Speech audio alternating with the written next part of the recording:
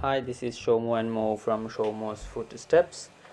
Here we are back again with Yapsho Tour Day 2 and 3. And দ্বিতীয় দিনের সকালেই আমরা নাস্তা করে রওনা হয়ে গিয়েছিলাম। আগে থেকে খোঁজ নিয়েছিলাম গুগলে যে খুব কাছেই, মাত্র 10-15-10 মিনিটের সামথিং ড্রাইভেই ছিল এখানকার স্থানীয় চার্চটি। আমার মনে হলো এটি একটি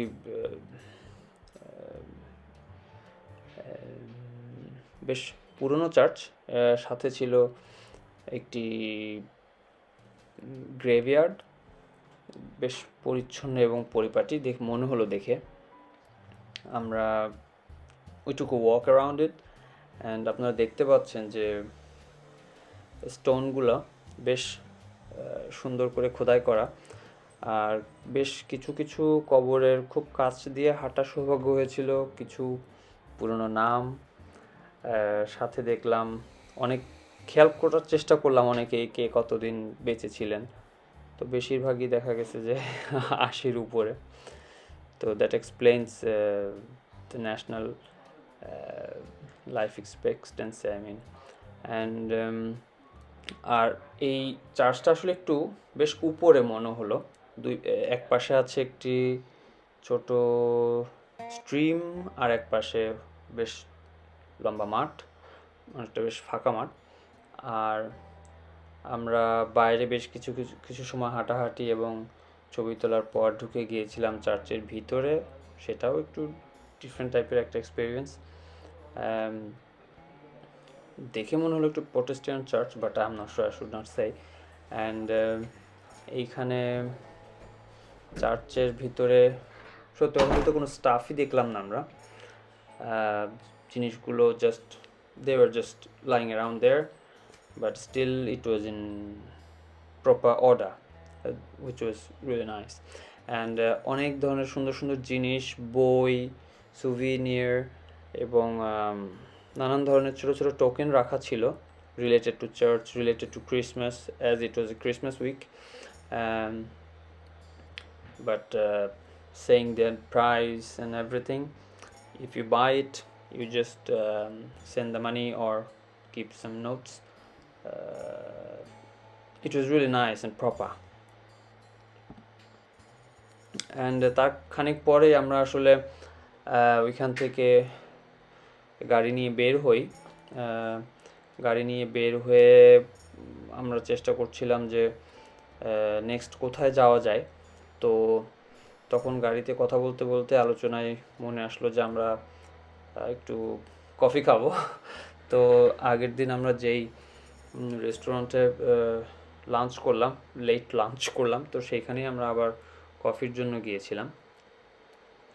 আর যাওয়ার পথে দেখতে পাচ্ছেন খুব সুন্দর একটা ছোট একটা ব্রিজ আমরা পেয়েছি, ওই যে আমাদের সামনের গাড়ি। এই ছোট ব্রিজটা পার হয়েই আমরা আস্তে আস্তে আবার গ্রামের এক সাইড থেকে আরেক সাইডে যাচ্ছি। This canal, I think it separated this area. And এইখান থেকে আমরা আস্তে আস্তে সেই রেস্টুরেন্টের দিকে রওনা হই। রেস্টুরেন্টের পাশেই ছিল স্কি রিসোর্ট, সো আমরা জাস্ট ভাবলাম যে স্কি দেখি, একটু কফি খাই, we should chit chat a bit as well. And আমার মনে হয় we had a great time there as well. And এত ছোট ছোট বাচ্চাদেরকে একসাথে দেখে এত ভালো লাগছিল। আর সবচেয়ে বড় কথা, নির্দিষ্ট কোনো এজ লিমিট মনে হলো না। সবাই স্কি করছে, যারা খুব প্রো তারাও করছে, যারা বিগিনার তারাও করছে। তো উই ফেল্ট ইন্সপায়ার্ড। অ্যান্ড আমরা আসলে আলোচনাও করছিলাম যে we should try it some time. Actually আমরা দুইজনই ট্রাই করছি। আমার মনে হয় রিয়াজ ভাই ছিলেন, উনিও কয়েকবার ট্রাই করছেন, ফয়জুল ভাইও তাই। তো আমার মনে হয় স্নো থাকলে we should take the advantage. And আপনারা দেখতে পাচ্ছেন কি সুন্দর অর্গানাইজড এই প্লেসটা। I was just looking at everything and enjoying the moment. এই বাচ্চাটিকে দেখে হাসিই পাচ্ছিল। নিচে এসে যেহেতু আর স্নো নাই, জাস্ট আইসি আইসি একটা ব্যাপার, তো তার খুবই কষ্ট হচ্ছিল হাঁটতে। তো এখান থেকেই তার পাশে 1-1.5 মিনিটের গাড়ি চালানোর দূরত্ব বোধহয় ছিল একটি ছোট জু। তো আমরা সেখানে যেতে যেতে জুর ওপেনিং টাইম আর আধা ঘন্টা 40 মিনিট ছিল, তো আমরা বুঝলাম যে this time we can't make it, but here we got a very nice view, like there's a valley in between this place and the mountain that we are seeing from here, and this শহরটা মনে হলো তার মাঝখানে আর কি। এবং ওই যে ছোট একটা সুভিনিয়ার স্টোর দেখতে পাচ্ছেন, ওইখানেই মূলত আমরা বেশটা সময় স্পেন্ড করছি। যেহেতু আমরা জুর ভিতরে ঢুকতে পারিনি, তো আমরা ওই সুভিনিয়ার স্টোরে বেশটা সময় ছিলাম, just looked into some random stuff. And এর পার্কিং লটটার আশপাশে এরিয়াটা খুবই সুন্দর। আমরা আসলে এই জায়গাটাতে অনেকক্ষণ হ্যাং আউট করছি, আপনারা দেখতে পাচ্ছেন হয়তো দূর থেকেই।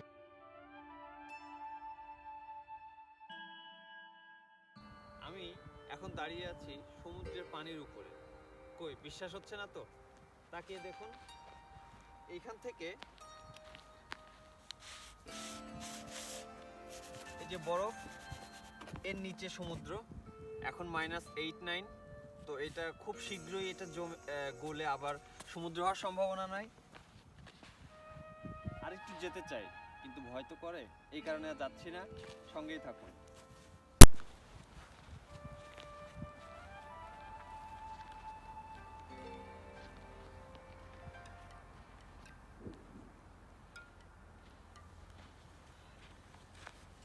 এক ভিন্ন রকম অভিজ্ঞতা, জমে যাওয়া সমুদ্রের পানির উপর দিয়ে হেঁটে বেড়ানো, এ তো আর আমরা প্রতিদিন করি না।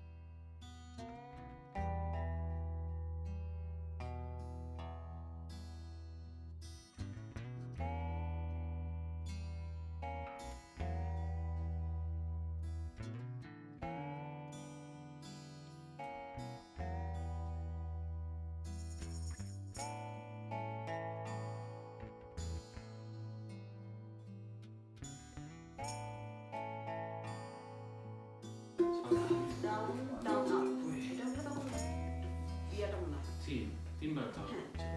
Down down up up down up আবার ডাউন ডাউন আপ শেষ শেষ তখন আমি কন্টিনিউ করছি। হ্যাঁ মাঝখানে হাতে একটা ফাঁকা করে দিলে আমার হাত তো কিছু নেই, তুমি দিও না, আমার দিল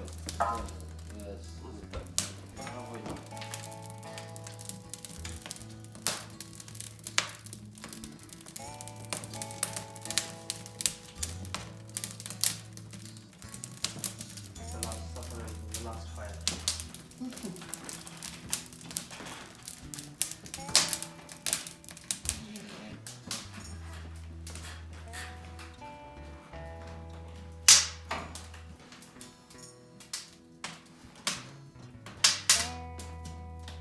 এরপরের কাজগুলো দেওয়া হয়ে গেছে একটু দেরি করেছেন। সকালে উঠে বেশ কয়েকটি সারপ্রাইজ অপেক্ষা করছিল। প্রথমটি ছিল 2 গাড়ির উপরেই পর্যাপ্ত পরিমাণ স্নো ছিল। তো স্বাভাবিকভাবে প্রথম কাজ সেটা পরিষ্কার করা, এবং রিয়াজ ভাই দেখতে পাচ্ছেন আমাকে সহযোগিতা করছে, ওই পাশে সাগর ভাই আবার রাসেল ভাইকে সহযোগিতা করছে। So it was a good teamwork I would say. এবং সাথে সাথে ব্রাশ দিয়ে চারিপাশ পরিষ্কার করাটা তো খুবই জরুরি, তা না হলে এগুলো আবার আমাদের পিছনের গাড়িতে স্প্ল্যাশ করে, which is very very dangerous. And I think Mo was filming this from our room. And it took some time actually to make this whole thing work.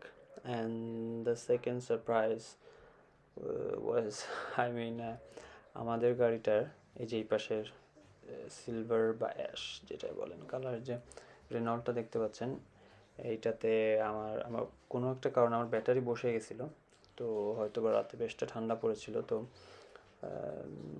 We had lakh যে আমাদের সাথে জাম্পার কেবলস ছিল, তো সেটাতে রাসেল ভাইয়ের গাড়ি connect করে আমরা খুব দ্রুত কয়েক মিনিটের মধ্যে গাড়ি স্টার্ট দিতে পেরেছিলাম।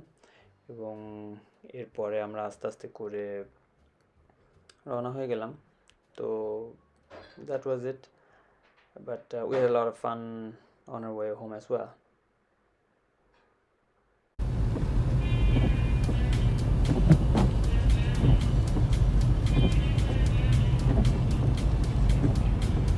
বেলা হলো ফিরে যাবার।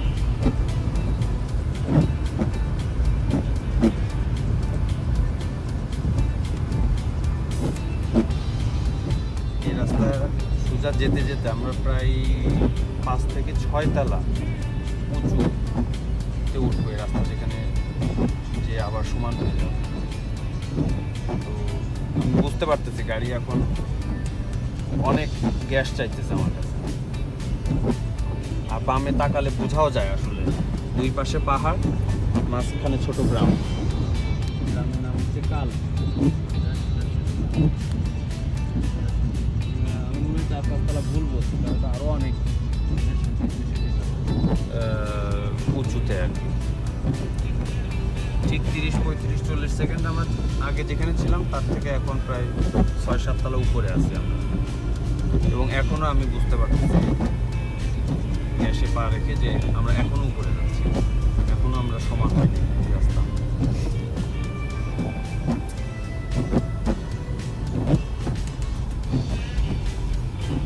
বোঝাই যাচ্ছে যে পুরো রাস্তাটাই বানানো পাহাড় কেটে। পাহাড় কেটে পুরো রাস্তাটা বানানো। অনেকক্ষণ পরে এখন আমার মনে হলো যে খানিকটা সমান, কিন্তু ওই যে সামনে দেখা যাচ্ছে ওই জায়গাটা সমতল ভূমি থেকে আরো অনেক উপরে।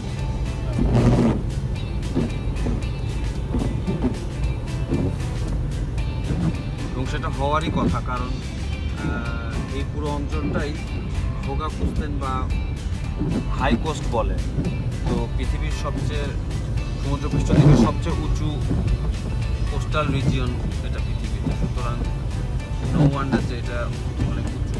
এবং আসার দিন আমি টেরও পাইছি, সত্যি কথা বলতে, যে আমার কান বন্ধ হয়ে গেছে। আমি গাড়ি জিজ্ঞেস করতেছিলাম যে আর কেউ টের পাইতেছেন কিনা। হয়ে গেছিল পুরোপুরি, কারণ এত উপরে বাতাসের প্রেশারে।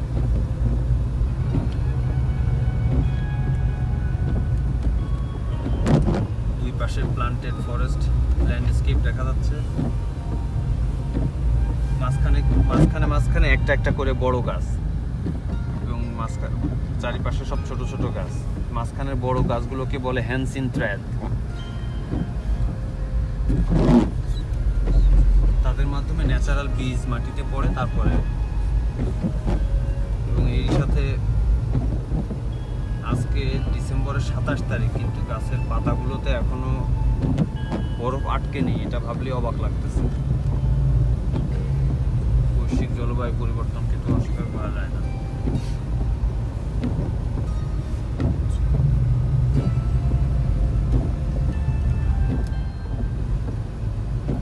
আপনারা যেমনটা দেখতে পাচ্ছেন প্রচন্ড স্নোফল হচ্ছে, এবং রাস্তায়ও অনেক স্নো পড়ে আছে। তো এই অবস্থায় আমাদের রাস্তায় স্পিড লিমিট যদি 80 থাকে, দেখা যাচ্ছে তারপরে আমরা 60-70-এর উপরে চালাতে পারছি না, কারণ কন্টিনিউয়াস স্নো পড়তেছে এবং সেই স্নোটা রাস্তাটাকে পিচ্ছিল পড়তেছে। এই জায়গাটা দেখলে বোঝা যায় কি পরিমাণ উঁচু নিচু স্লোপ দিয়ে ভরা এই পুরো কান্ট্রি রোড এরিয়াটা। বাম পাশ থেকে দেখলে বোঝা যাচ্ছে অনেক পুরনো বড় বড় পাথর, এগুলো মেডিভাল যুগের বেশিরভাগ।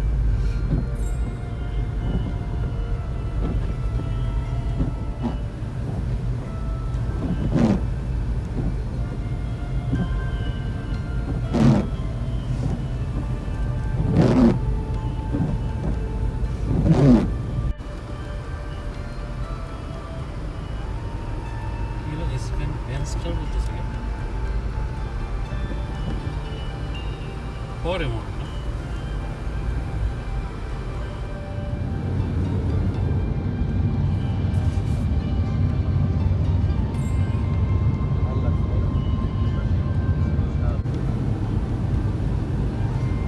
দেখতে পাচ্ছি ব্রিজের দুই পাশে সুনসওয়াল শহর।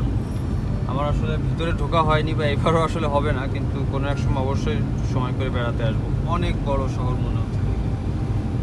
আর আসলে এখন অন্ধকার হয়ে গেছে, তো আলোগুলো টিপ টিপ করে জ্বলাতে হয়তোবা যতটা সুন্দর আমার তার চেয়ে সুন্দর লাগছে।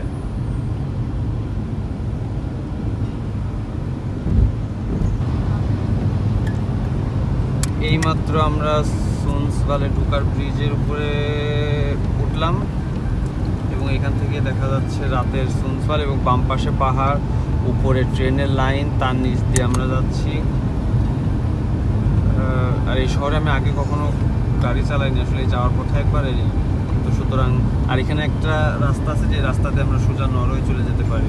মানে এই পয়েন্টটা আসলে খুবই ইম্পর্টেন্ট। সুনসওয়ালকে বলা হয় সুইডেনের সবচেয়ে মধ্যের পৌরসভা, সবচেয়ে মাঝামাঝি উত্তর দক্ষিণ হিসাব করলে। তো এখান থেকে সব দেশের বিভিন্ন স্থানে যোগাযোগের ব্যবস্থাটাও খুব চমৎকার।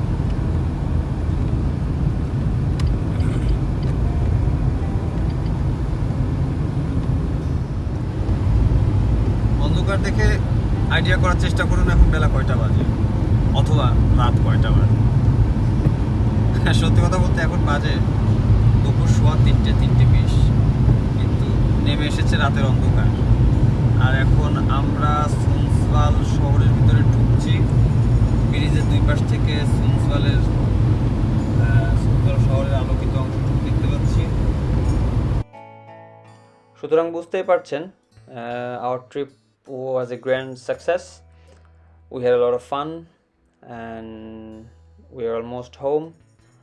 Thanks for watching and subscribe our YouTube channel.